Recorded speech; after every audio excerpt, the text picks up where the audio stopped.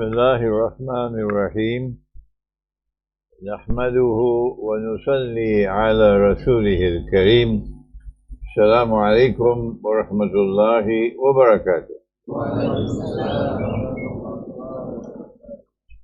It is today the 15th day of the month of Safar for me, but for you the 16th day. And we have to leave Jambar today, so this is the last session. We want to thank our beloved brother Sheikh Abdulaziz, who made it possible for me to teach the Qur'an to you at this time. May Allah bless him, may Allah protect him, and may Allah grant him long life. Amen. What we have done for the last few days is to look at the relationship between the Ummah of Nabi Isa alayhi salam and the Ummah of Nabi Muhammad alayhi salatu wasalam in Akhir Zaman. And today we turn, having recognized room of the Qur'an to be now located in Russia, we turn to that passage in the Qur'an in which the Qur'an refers to the Black Sea. In February, I was in Moscow and I was invited to join the Russian foreign minister for dinner. And he is the most important foreign minister in the world today. And the dinner lasted for 2 hours. But all the time was spent on politics and economics until I interrupted. I said, let's talk about the Qur'an. And what does the Qur'an have to say about Russia? So the foreign minister was very interested. And he was very surprised when I said to him that the Black Sea is in the Qur'an. He did not know that. And that the Black Sea, the reference in the Qur'an, led to Gog and Magog, Ya'juj and Ma'juj. And the foreign minister said to me very candidly, he had no knowledge of the subject of Gog and Magog. At the end of our discussion, he asked me to write a document on what does the Qur'an have to say about Russia, and what does Prophet Muhammad ﷺ have to say about Russia. And I decided to write a book. The title of the book is The Qur'an and Russia's Destiny. The book is almost finished, but Jambar keeps me so busy that I did not write anything while I'm in Jambar. And in that book there is the section dealing with the Black Sea. And that is our subject for this morning. The Quraysh did not know how to determine whether Nabi Muhammad is indeed a prophet of Allah. They knew he was a very truthful person, and they had given the name to him Al-Amin, the trustworthy. Yeah. So they decided to send a delegation to the Jewish rabbis in the northern city of Yathrib. Today, Yathrib is called Medina. The rabbi said, ask him these 3 questions which only a Nabi can answer. The President of Indonesia cannot answer. The King of Malaysia can't answer. Only a Prophet can answer. One of the questions was about the great traveler who traveled to the 2 ends of the land. And Allah sent down the answer to that question. And the answer is found in Surah Al-Kahf of the Qur'an. And the answer in the Qur'an begins with the question, وَيَسْأَلُونَكَ عَنْ Zulqarnain. And the question be, O Muhammad sallallahu ta'ala alayhi wa sallam, about someone who is called Zulqarnain. This is a very important statement. We must pause for a moment to find out why has Allah described the great traveler as Zulqarnain. What is the meaning of Zulqarnain? I don't want you to answer that question. I want the Qur'an to answer that question. So what does the Qur'an say about Zulqarnain? The word Qarn has two meanings. Qarn can mean a horn, so Zulqarnain will be someone who has two horns. Like a goat has two horns. But Qarn can also mean a generation, a people, an age, an epoch. And then Zulqarnain would therefore mean someone who impacts on history twice. So which one is it? Is it the one who has two horns or the one who impacts on history twice? What is the answer in the Qur'an? The Qur'an has never ever used the word Qarn to mean horn. The Qur'an has used the word Qarn more than a dozen times and always to mean a people, a generation, an epoch.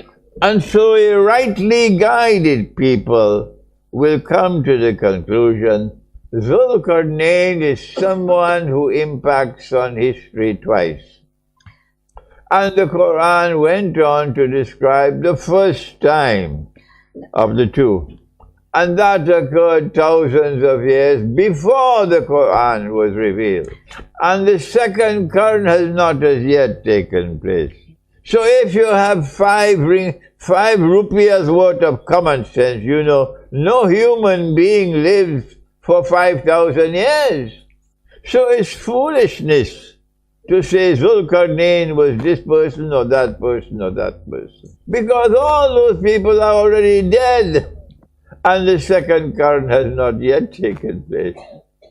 And so we come to the conclusion that Zulqarnain is not someone located in history, in political history or military history, but he is a transcendental being, like Khidr alayhi salam, a transcendental being.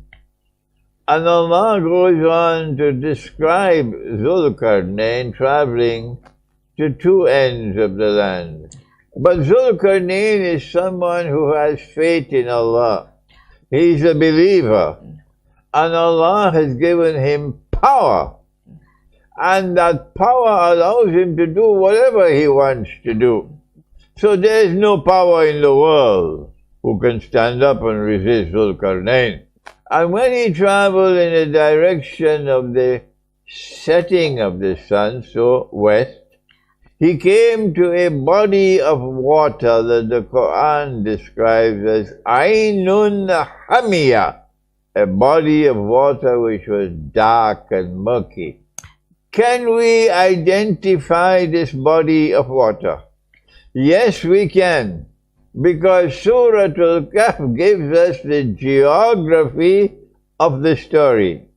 After he traveled to the two ends of the land, he made a third journey. And he came to a pass between the mountains. And there he came across Gog and Magog. And Gog and Magog commit fasad. Fasad means conduct which is evil. Can a goat commit fasad? Can a horse commit fasad? Can a mountain commit fasad? No. Fasad is sinful conduct. Angels do not commit sin. So angels cannot commit fasad. But yes, jinn can do it. Because there's a jinn who says, me, I was born superior. I have a birthright of superior over all the others. That is arrogance. Yes, so jinn can commit fasad. And human beings can commit fasad. But nothing else can commit fasad. So all that you need is 5 rupees worth of intelligence to understand that Gog and Magog have to be either jinn or human beings. But they cannot be jinn. Why? Because Zulqarnain built a barrier made of blocks of iron. and he was able to block them, and the world was safe. And Gog and Magog could not scale and could not penetrate the barrier. But a jinn can pass through the wall. So Gog and Magog cannot be jinn. So all that you need is 5 rupiah worth of intelligence to know that Gog and Magog are human beings. And Nabi Muhammad ﷺ said that when Allah brings down the barrier and Gog and Magog are released into the world, the first of them will pass by the Sea of Galilee and start to drink the water. And by the time the last of them pass, they will say, there used to be water here. But they are passing by the Sea of Galilee on their way to Jerusalem. And it is in Jerusalem that Allah will destroy them. So now, geography, Gog and Magog have to come from the north, because the Sea of Galilee is north of Jerusalem. Now then, we have to look north of Jerusalem in the direction of the setting of the sun to see which bodies of water are located in this region. And the answer is very simple. There are only 2. I believe you studied geography in Jammar. So there are only 2. The first is the Mediterranean Sea, and the other is the Black Sea. But the Mediterranean Sea is not dark and murky. Visibility below the water is several meters. So the Qur'an could not be referring to the Mediterranean Sea. The only other sea is the Black Sea. And there's a reason why it is called the Black Sea. And that's because this sea is dark and murky. You cannot see underneath the water more than maybe 1 meter. And that's how we come to the conclusion that when Zulqarnain traveled in the direction of the setting of the sun, and he came to Ainun Hamia, it was the Black Sea. If there is a schoolboy who says we are wrong, tell him, tell us what is right. If you cannot tell us what is right, then keep quiet. We don't have time to waste. So when he reached to the Black Sea, he met a people there. And Allah asked him, how will you deal with these people? In other words, when power rests on the foundations of faith, how is power used? This was his answer. Those whose conduct is wicked, I'll punish them. And when they return to you, you will punish them. And those who have faith and are righteous in conduct, I will reward them and treat them nicely. This is the profile of Zulqarnain, that he will use power to punish the oppressor. And he will use power to reward and to help those who have faith and are righteous in conduct. And then he traveled in the opposite direction to the end of the land. And therefore the geography says he has to reach the Caspian Sea. And there he came across a people, Allah says about them, لَمْ نَجْعَلْ لَهُم مِّن دُونِهَا سِتْرًا. A people for whom we had provided nothing as a covering, as a protection, other than what nature provided. So these are a vulnerable people. And Zulqarnain chose to leave them as they were. He knew that he could not change their condition. It was written for these people that they would suffer. And he could not change that. And Allah says, كَذَلِكَ وَقَدْ أَحَطْنَا بِمَا لَدَيْهِ كُبْرًا. He understood the situation which confronted these people, and he left them as they were. This could mean one of 2 things. Either these are a primitive people living a primitive way of life. And he had the compassion and the good sense to leave them to continue to live the primitive way of life. Or there is a second explanation, that these are a people who will continuously suffer in history. And Zulqarnain could not change that. Who are these people? Who are vulnerable. And so their enemies will always be attacking them and terrorizing them. If this second one is the correct explanation, then only one people qualify, and that is the Armenian Christian people. They suffered genocide in 1914. More than 1 million of them were killed, and now they are living in Armenia. And our Muslim people, we are the ones who terrorize them. Muslims in Turkey and Muslims in Azerbaijan, they want to suck their blood. They hate the Christian people. They would love to have another genocide. This could be the meaning of that they are a people, لَن نَجْعَلْ لَهُم مِّن دُونِهَا سِتْرًا. And Allah knows best. Then Zulqarnain traveled in a third direction to a pass between the mountains, and between the Black Sea and the Caspian Sea is the Caucasus Mountains. And there's only one pass in between the Caucasus Mountains. And there he came across a people who said to him, "Oh Zulqarnain, we need your help. Gog and Magog are being very wicked. We are prepared to pay you. Can you build a barrier and block them? Because they are on the other side of the mountain." Zulqarnain should have said, "I don't need to build any barrier. I have the power. I will go there and beat the daylights out of them. And when I finish with them, they'll never trouble you again." Because Allah gave him that power. But he did not do that. Why? Why did he agree to build the barrier?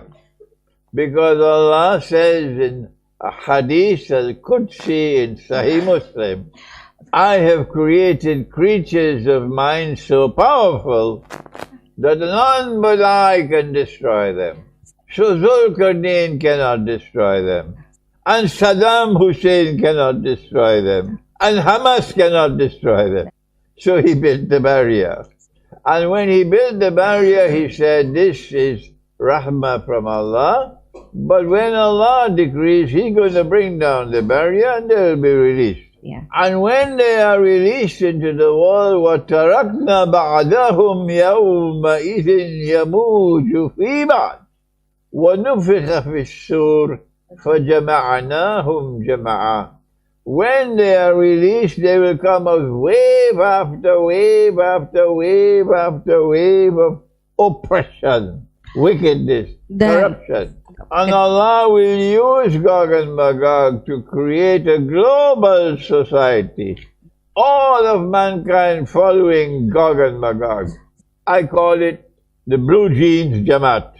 And then when all of mankind have been brought together in one global society, Allah then said that 999 out of every 1,000, and this is Nabi Muhammad saying, 999 out of every 1,000 in Akhiru Zaman would be Ahlu Ya'juj wa Ma'juj, people of Gog and Magog. Only 1 in 1,000 will follow the truth. And so now, when will Allah bring down the barrier? Nabi Muhammad alayhi salatu wasalam was asleep at the home of his wife Zainab radiallahu ta'ala anha. And he saw a vision, ru'ya. And in his vision he saw something terrible. And he woke up and his face was red. And he said, "Today Allah has made a hole in the barrier built by Zulqarnain. And he said, Wailul lil Arab min sharrin qad iktaraba. Woe unto the Arabs for this evil which is now close. So the release of Gog and Magog into the world began in the lifetime of Nabi Muhammad. And when they are released, they'll corrupt all of mankind. And they will corrupt water in the world. They'll pass by a river and drink it dry. And now everybody will perform the wudu of Gog and Magog. What is the wudu of Gog and Magog? Be careful. Be careful. Be careful. How much water you use in wudu. I'm warning you. Because there is a limit to the amount of water you can use. The Prophet you'd use 1 mud of water.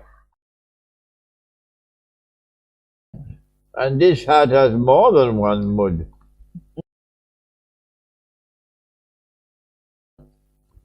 My duty is to warn you that nearly all of us today are performing wudu of Gog and Magog. And our wudu has been corrupted. Up to you now to decide how much water you use. I leave this matter with you. I leave this matter with you. We leave Nabi Muhammad والسلام, and the hadith with Zainab radiallahu ta'ala, and we go to Surah Al-Anbiya. And in Surah Al-Anbiya, Allah speaks of the release of Gog and Magog. Allah speaks of a town. He does not identify the town. He says that He destroyed the town, and He expelled the people of the town, and He placed a ban on them. They could never return to reclaim this town as their own until 2 things happen. Number 1, Gog and Magog are released. Number 2, they spread out all over the world. And with their indestructible power, they take control of power in the world. Then Gog and Magog will bring these people back to that town. Question, which town is it? Answer, let Nabi Muhammad ﷺ answer the question. Has our Prophet identified any town connected with Gog and Magog? Answer, yes. He said that Allah will destroy Gog and Magog in Jerusalem. So what Surah Al-Anbiya is saying is that Allah destroyed Jerusalem. Allah expelled the Jews. Allah placed a ban on the Jews. They could never return to Jerusalem to reclaim it as their own until Gog and Magog are released, and they spread out all over the world, and with their indestructible power they take control of power in the world. And this will occur only once in history. So if it has already happened and you can't see it, you have only peanuts in your head. The Jews are back in Jerusalem today. They didn't go back as tourists. They went back to reclaim Jerusalem as their own. Who brought them back?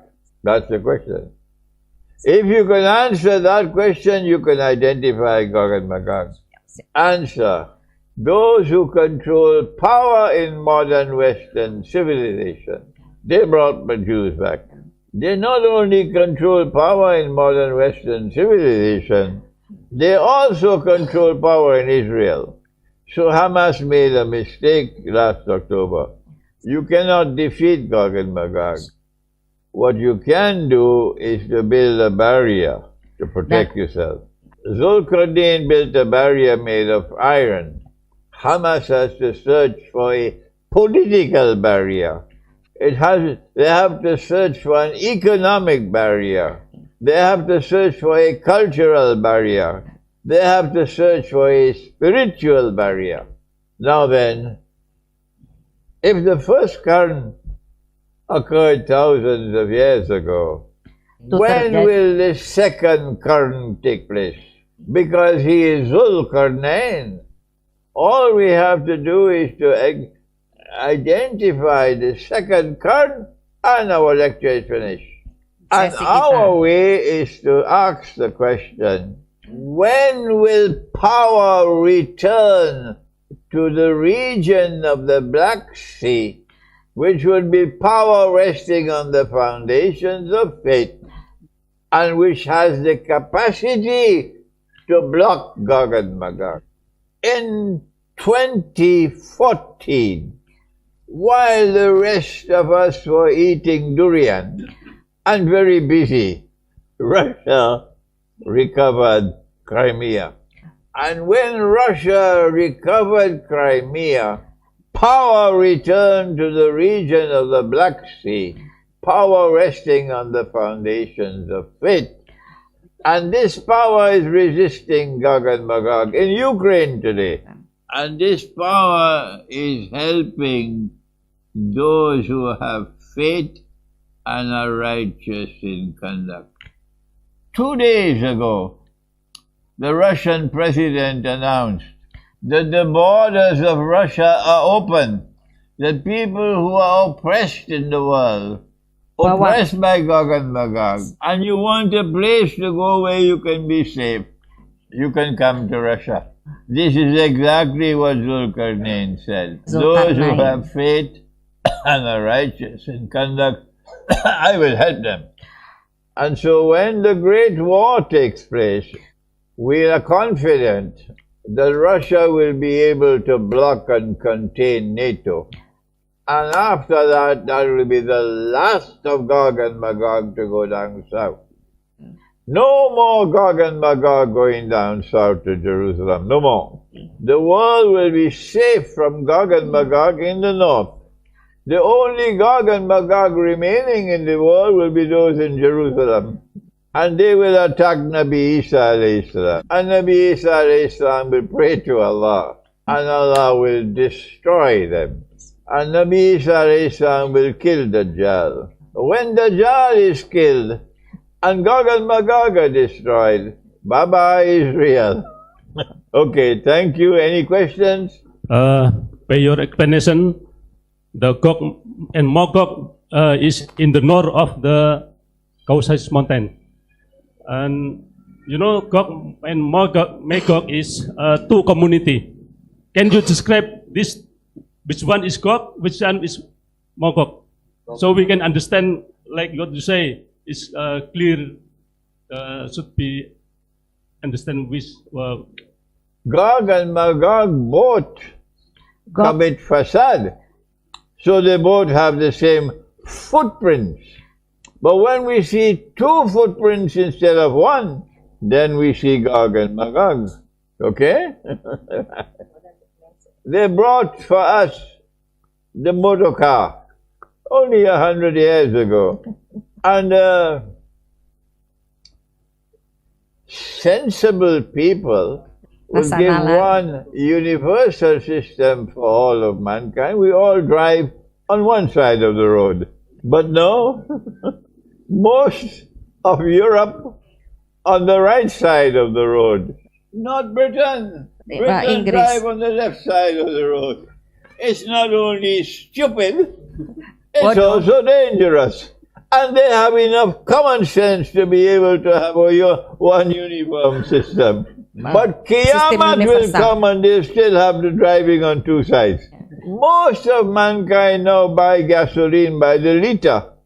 But not the United States. No. We buy by the gallon. It will be cheaper, more sensible if we have one uniform system of weight and volume. No. In the United States it's gallons. Most of mankind measure distance in kilometers. Uncle Sam says, no, it's miles. You want me to continue? Yeah.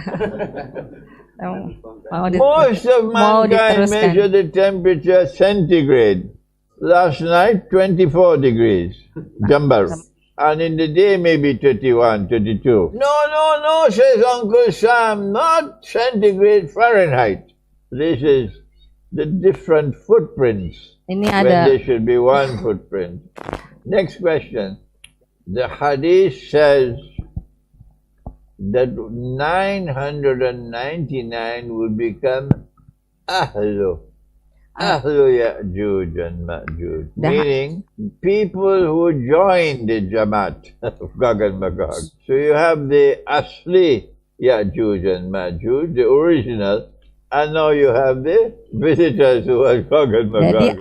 Be careful, you're going to have plenty Ahlu Ya'juj and Ma'juj in Indonesia, plenty Ya'juj and Ma'juj in Africa, plenty Ya'juj and Ma'juj in Pakistan. And you'll be able to recognize them because they belong to the global society. But mashallah for Jambar, when you're eating curry fish and rice, you wash your hands and you eat with your fingers. And when you do that, slapping Gog and Magog.